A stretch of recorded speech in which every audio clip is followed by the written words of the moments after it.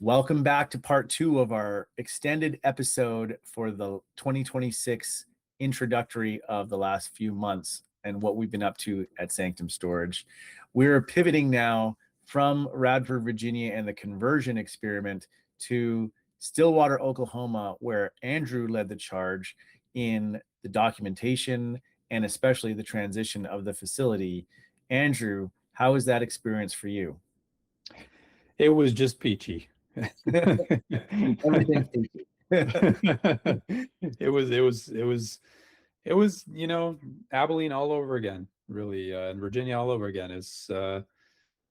I'm getting used to these processes and of transitioning a facility and having surprises, but and then a lot of things coming at you all at once when you're taking over a facility, because especially the beginning of the month. When you take over a facility at the middle of the month, it's not as stressful, but we took this one over right at the end of March, and then you have April 1st right on top of you, and you've got all these people that didn't even know that the facility changed hands, and they're coming in and they're calling and they're inundating you. So we hired a manager for the facility, and he was able to start right away, fortunately, and move right into the on-site apartment. And he has storage experience. His name's Bob. He has a great personality for, he's personable. He's good on the phone. And so right away, we were able to hit the ground running with Cubby, with our property management software, and start taking calls. So it was me and him both taking calls and people coming into the office. We had people like lined up in the office at one point. Wow. Some people just decided to walk away and come back because it was like constant. I mean, it was like 380 units, right? And 477 units. Well, 380 full, was it, that we're at now? Oh, when we close it, I don't remember. I think we're about 80% full. So whatever, 0.8 times 477. Yeah. I mean, most, and it was hundreds. A lot of, definitely hundreds. Yeah, but there was a lot of small units that were empty. So, square footage occupancy was different from unit occupancy, right? But anyway, and a few people had more than one unit, so it wasn't 380 people, but it was probably at least 300 people that we had to deal with, and their payment info does not transfer between owners, so we didn't have anybody's credit card info or checking account info, and we didn't expect people to come in with cash either. But apparently, despite the previous asset managers saying they didn't take cash, a lot of people have been paying cash, and they came in with cash, and we're like, well, I'm sorry, we can't take your cash. Wait a second. Just so I understand, you're saying that the previous owners didn't accept cash on paper. On paper. We told them in our blast out, we're not taking cash, and they showed up with cash anyway. So are we to believe that they were actually paying in cash historically? According to the previous manager, they were paying cash. According to the asset manager, they didn't take cash. Wow. So, read into that what you will. I don't think there was anything shady going on. I have no reason to believe that. Okay. I'm absolutely, like, 100% positive she was making the deposits. I certainly hope so. Yeah. Anyway, because there was nobody that was off the books. Like, all these people were in the system, right? Right. If they wouldn't be in the system if they were paying cash and didn't have, an official unit, right? So anyway, is what it is. There was a lot of pushback on that. On the cash thing? Yeah. Wow.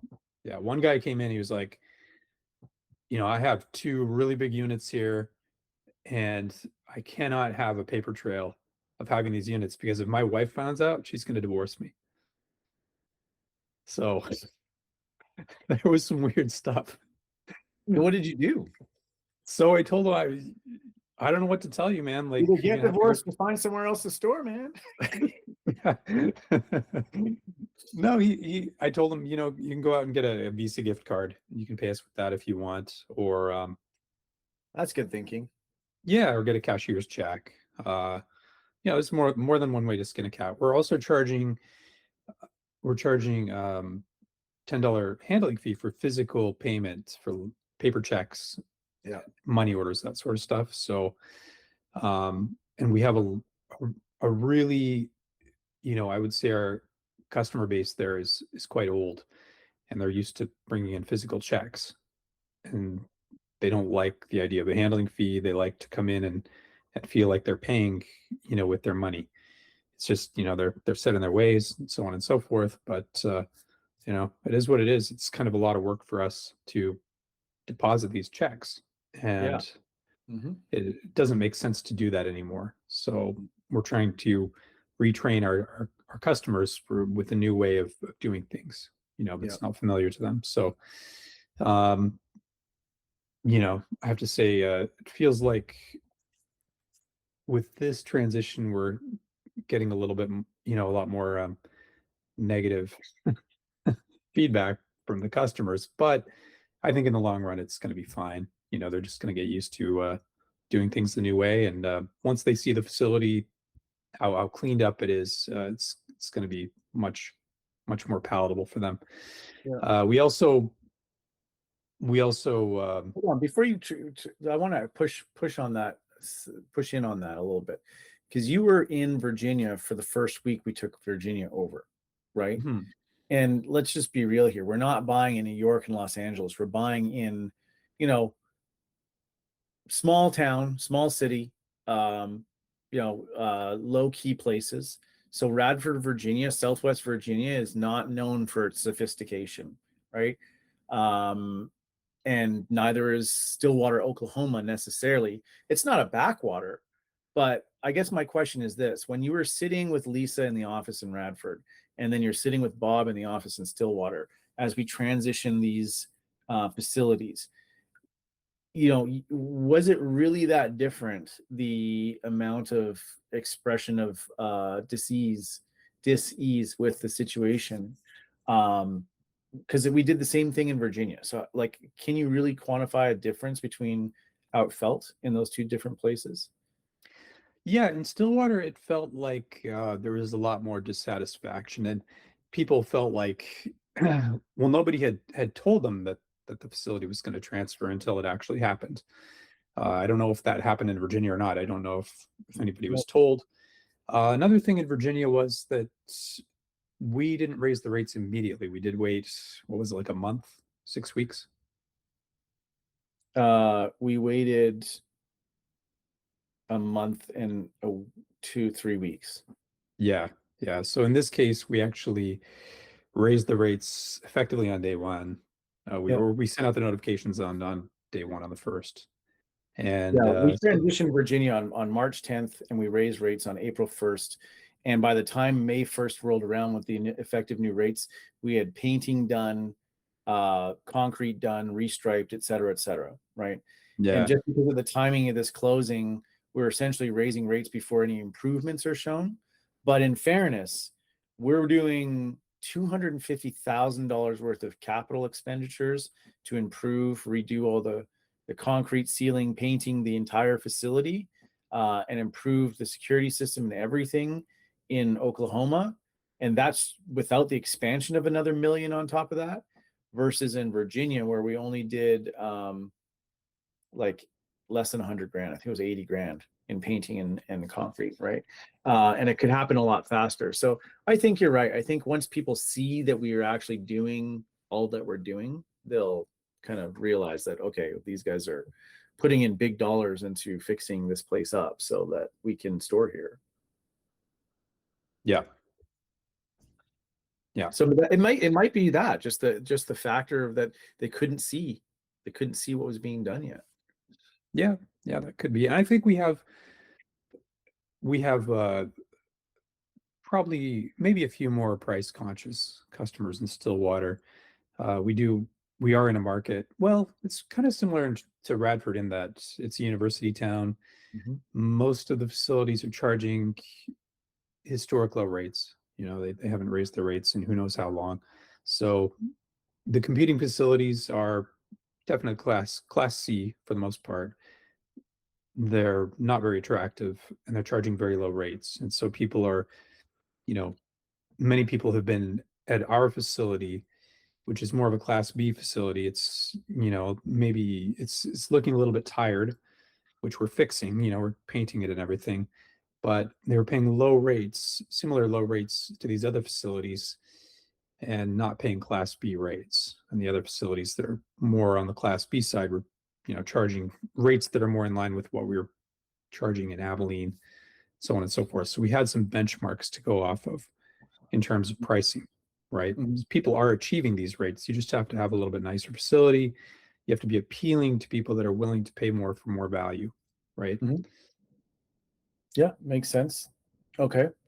And how tell me about the all the things that people don't think about, like how was the transition of the management software and the data flow and the transition of the utilities and the transition of the phone numbers and all that stuff, like all the digital transfer of information and loading the sitemap, like how did all that flow?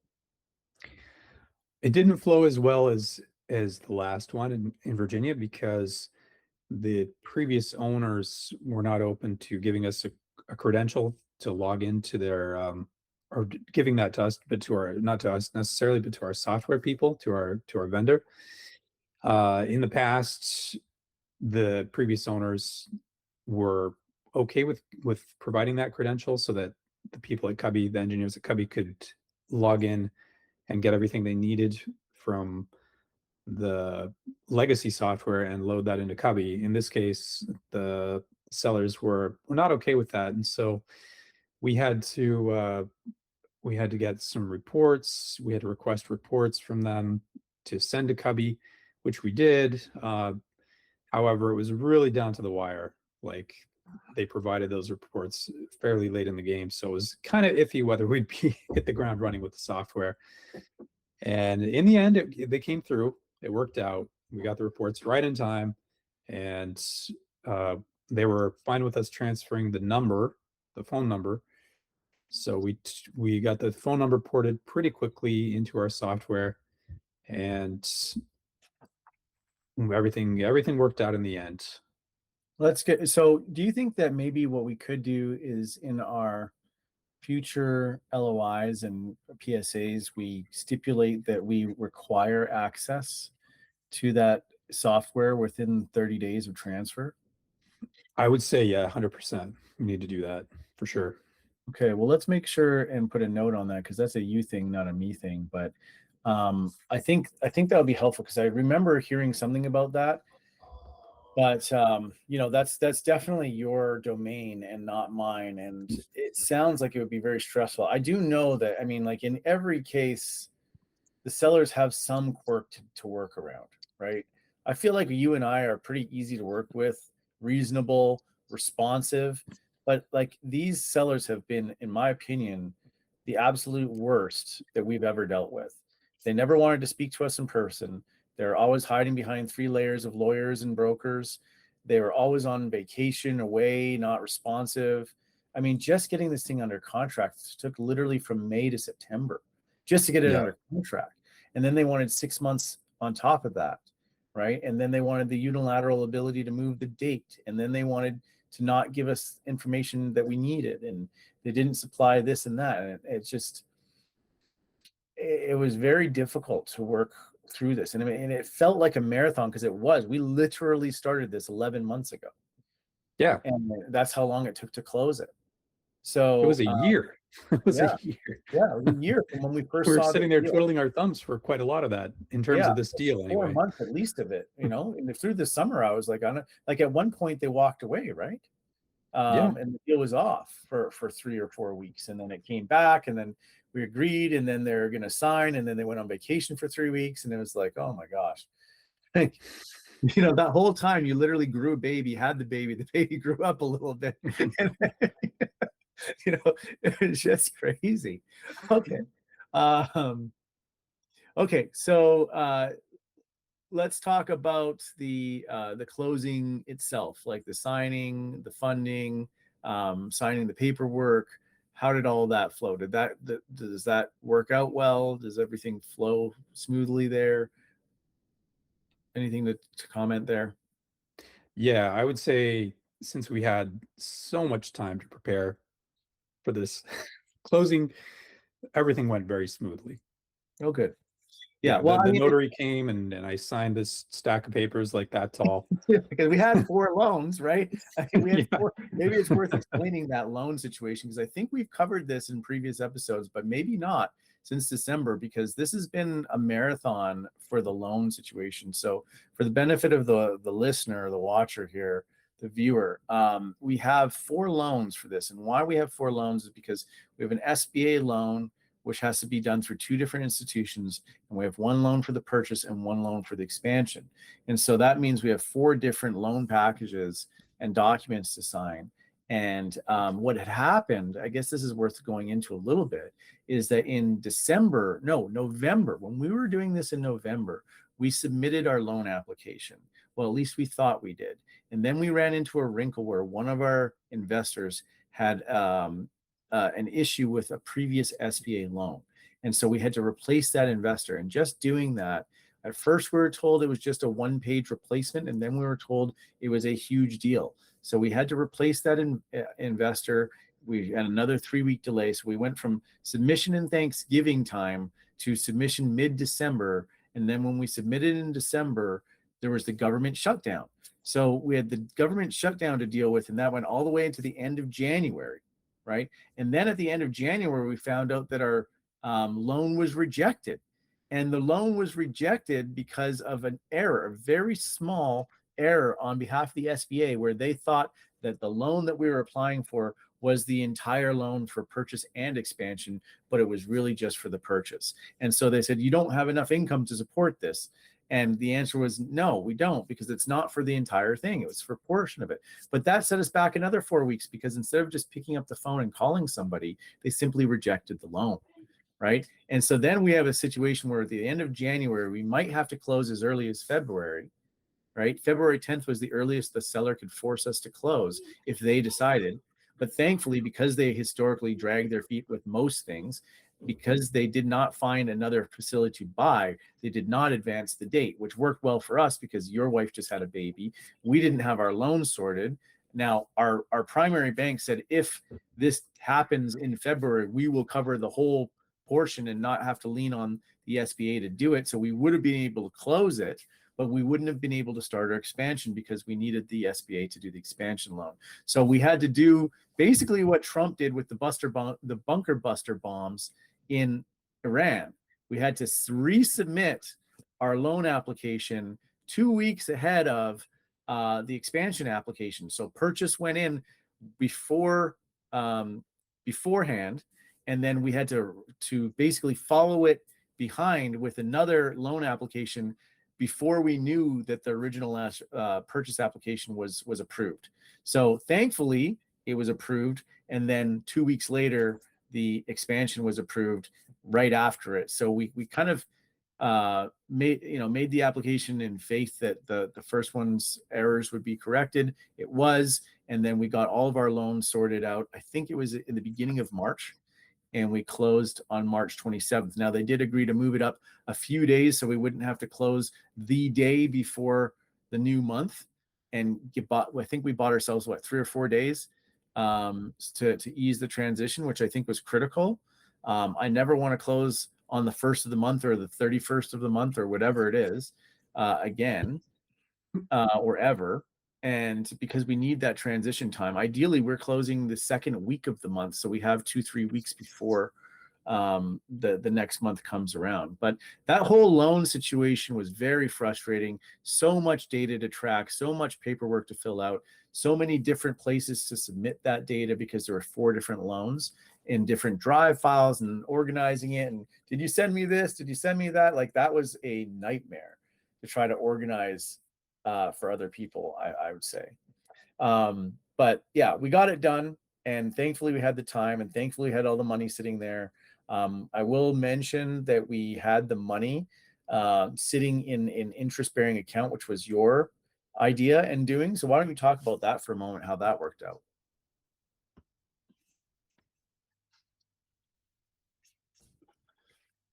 I was trying to come up with some numbers for our delinquency here. What was that last that last bit you said?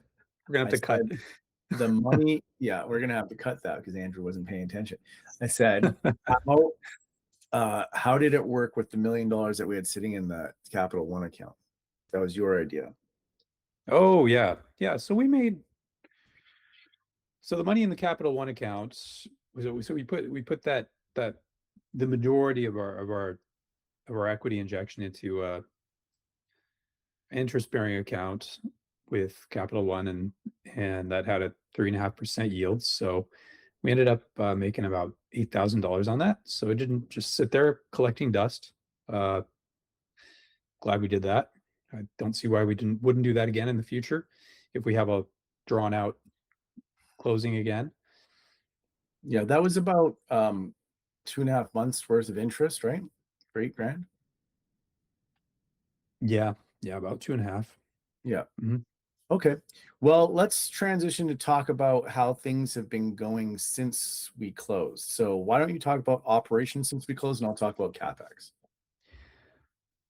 Yeah, operations have been fairly fairly smooth overall. Just getting we've got a lot of people were on auto pay, which is great for everyone. They don't get late fees. They don't have to worry about coming to the office or calling or paying over through the tenant portal. And we really try to encourage people to get on auto pay. It's easier for us, easier for them. It's a win-win. So we've got a lot of people that were on auto pay with previous owners, didn't realize that the transition happened over to us, and so their payment information didn't transfer. And so we still have, it looks like, about 51 overdue rents to resolve Mm-hmm. out of 380. So the bulk of it's been taken care of, but surprisingly, there's still somewhere in the range of 50 people that our manager has not been able to get a hold of in spite of calling, emailing, you name it.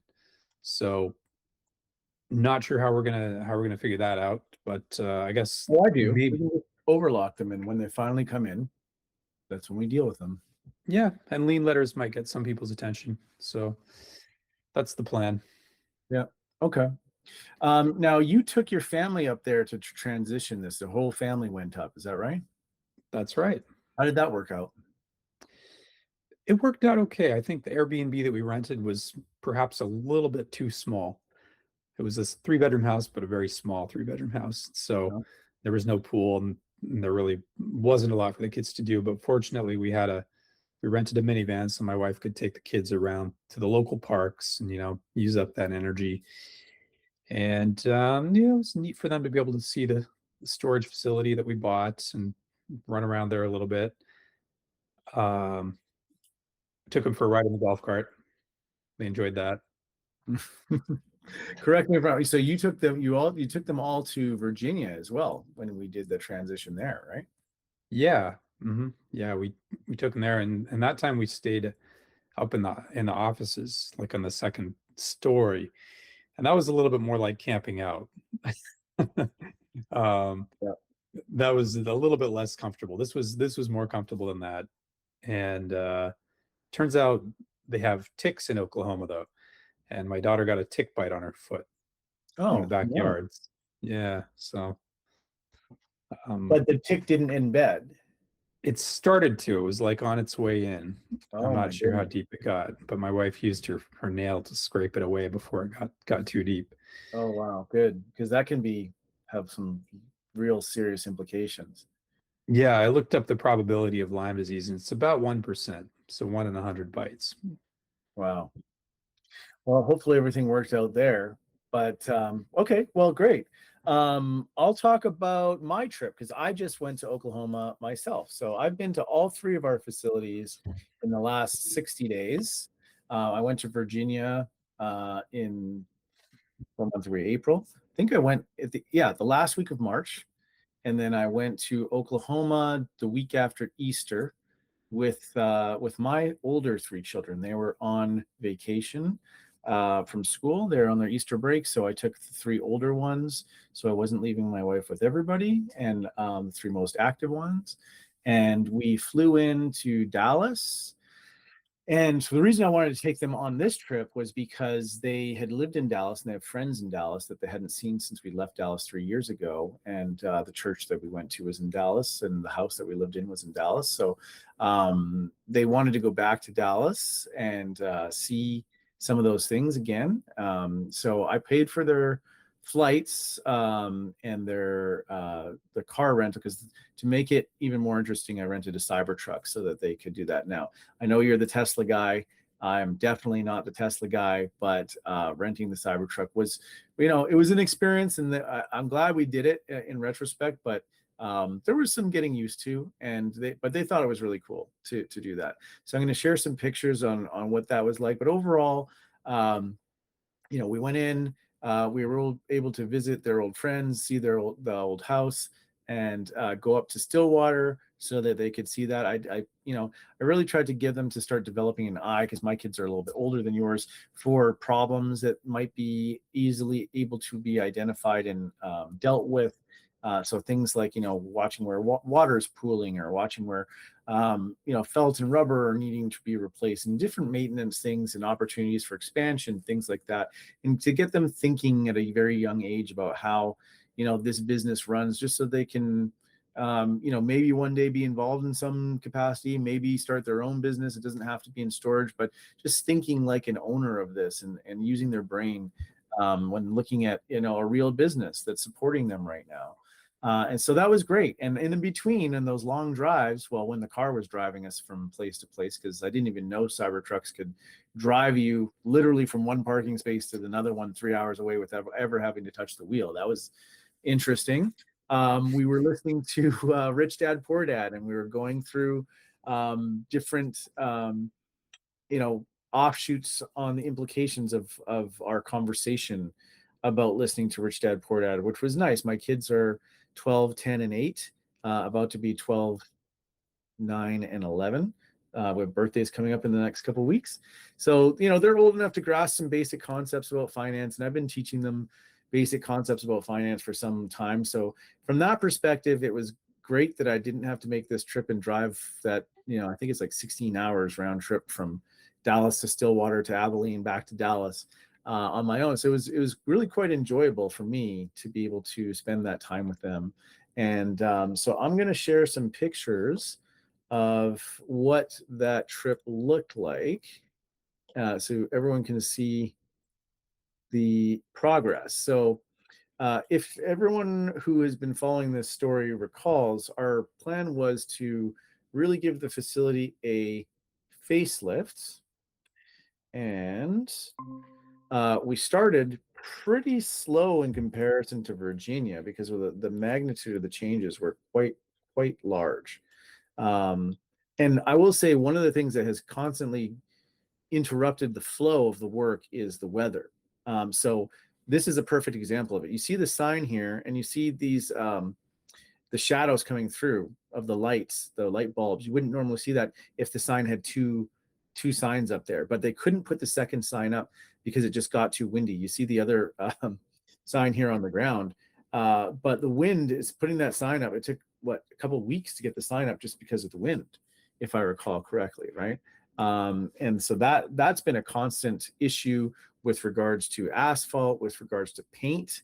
The rain has been an issue for concrete. And so that's another consideration that we have to make. I mean, Oklahoma is known for its wind. Here you can see some of the concrete facelift that we're doing. It looks, pretty rough right now because it's just been poured, but we're replacing huge sections of concrete, this one here, in the drive aisles, because the asphalt is pretty badly broken up. This section here in the foreground is about to be replaced. Here we can see that this is where the majority of the construction is going on.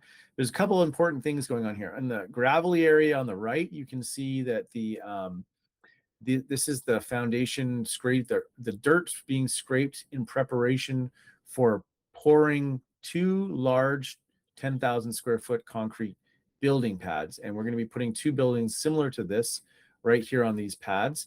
And this trench that we dug here was to get power and water to that. So you can see the power pole here. And you can see that, oh, there's the Cybertruck and the kid. Next to Optimus. That's awesome. This is the That's a good photo. next door to our facility, right next Yeah. door. We've got a landmark. Yeah. Oh, yeah, for sure. When we talk to someone on the phone, we tell them we're right next to the Optimus Prime statue. They know exactly where we are. We should have named it Optimus Storage. Here the kids are in front of the sign again. They're there. So you can see these are the water pipes here. This is what supplies water to the hydrant that will end up right here, because we had to pull a water hydrant there, fire hydrant. And there they are digging up the concrete for that same trench. And I think I have a picture. This section of the ramp is also getting torn up. You can see how it's all broken up there.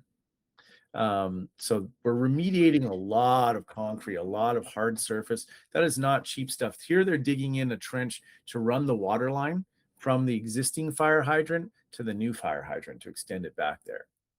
Did they ever figure out why there was no water at that fire hydrant? No, we're having that investigated currently. Okay. Oh, we went to Buc-ee's several times because we had to charge the Cybertruck. So we ended up buying a lot of stuff from Buc-ee's. Here you see the kids standing where the future building pad is on a dry day. It's too bad they didn't decide to pour the concrete for the new pads then, because you need multiple dry days. There we are at Buc-ee's again, hanging out at Buc-ee's again, eating dinner, I think, because when you have 45 minutes to charge and there's a Buc-ee's there, of course you're going in to get stuff. So this is another overhead view. Our construction manager Chase has a drone that he brought to site and was able to take some good shots from above. This is before the painting started. This is as the painting is going on. You can see that the paint is going to a more neutral tone. Instead of that green and yellow, it's going to a gray and blue, what we call Hawaiian blue. There you can see the finished product there. It's a nice, we'll say, I'm going to say a neutral tone blue. It's not too bright. It's not the royal blue that you saw over in Virginia. There's two reasons for that. The Virginia location, you saw the royal blue doors. Those doors are indoors and they do not get UV exposure. The second thing is that being an outdoor facility here in Oklahoma, this door is going to catch some UV. And as that fades, it's going to fade a lot better if it's not such a bright, vibrant blue, if it's this kind of more neutral tone blue. So we went a little bit less vibrant on this one. But that's the finished product, what the facility looks like now that it's being painted. They're 90% done paint now. We are going to be sealing asphalt soon. We're going to be replacing some concrete. This section of concrete in the foreground is also getting replaced. As you can see, it's breaking up a little bit here. This is an overview, another drone shot that Chase supplied us with here. So this is a really good shot because you can see a few important things here. Can you see my cursor moving? Yes. Okay, so you can see the trench that I was talking about here that's been dug. And so that is running the water line and the power line that you can see popping out right here in the background. These are where the building pads are going to go. And you can see the trench they've done down the middle for water to flow out the back. We actually do own this 3-acre parcel back here. So unfortunately, it's not level. If you look closely, you can see this little dirt ramp. That is about a 20-foot drop to get down level here. So they had cut and filled a lot of this dirt. That's why this dirt was as soft as it was, to level it out. So they brought that material for, that's what they call a cut and fill. So we could make this area parking. We could technically build more buildings back here if we wanted to, but my gut tells me that what we really want to do here is just have a ramp shoot down the back and then put parking down here, because that's what they had here for the longest time, was parking. We'll see what happens if Stillwater really blows up, but at the end of the day, I would be comfortable with two nice big buildings the size of this building right here and here that are fully climate controlled. So we have I think it will be 35,000 square feet of climate control, 30,000 square feet, somewhere in that range of climate, and then about 60,000 square feet or 50,000 square feet of non-climate control. And then and then some parking back there. That would be a real good vision. We did, like I said, you can see the concrete being poured here, and I can even zoom in so you can see that. We've got concrete being poured here, concrete being poured here. We're going to fill out this transverse drive aisle, as I call it, so that that's a completely concrete drive aisle. And we may even do concrete in this section here to get rid of this water pooling, because this water pooling was a little bit more significant than we thought. When it pours rain, this section here kind of pools up a little. You can see the outline a little bit of where the water is pooled before, if you look closely. So that's where the outline of the water pools before it drains, and we would like to remediate that. So I might pour concrete there too. And then we did some concrete over here in the corner, and we built this so that we can park U-Hauls here if we wanted to. So, and so this drains back here, and so Bob can get his mower back there. So that was all done. All this concrete's been poured. All these buildings that you're seeing with the green roofs are no longer green. They're all white roofs, gray bodies, blue doors, all the way back here. We're going to cover these roofs here, this roof at least, with the rubberized stuff that we used in Virginia.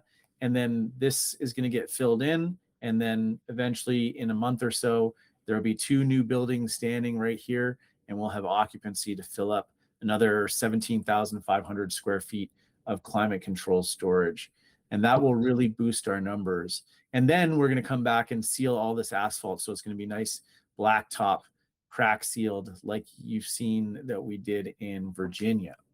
So all of that said, it's going to be a lot of money over a 3-month period that we're spending, but ultimately it's really going to, we'll say, command the price point that we're charging for people to store here, which is, we're going to be, I would say, that the largest and the most updated, freshest, cleanest facility in town. I would say so, yeah. Yeah, we will be the nicest facility in Stillwater. No doubt. Anything else? Any other comments that you have about Stillwater? Just that it's yeah, man, it's a big project, and very exciting. Very exciting to take that on. It's the biggest one yet. Yep. It's our first stab at expansion. Well, first stab at like ground up expansion, Yeah. I should say. Yeah, correct. Mm-hmm. So really excited to see how it comes out. And we're going to do a very similar expansion in Abilene, which is what we're going to talk about next. Yeah. Yeah. Well, I would say in summary that this, you're right, largest one yet, 5.3 million for purchase, 1.5 million expansion. We expect the valuation to increase to somewhere around 11 to 13 million once we're all said and done.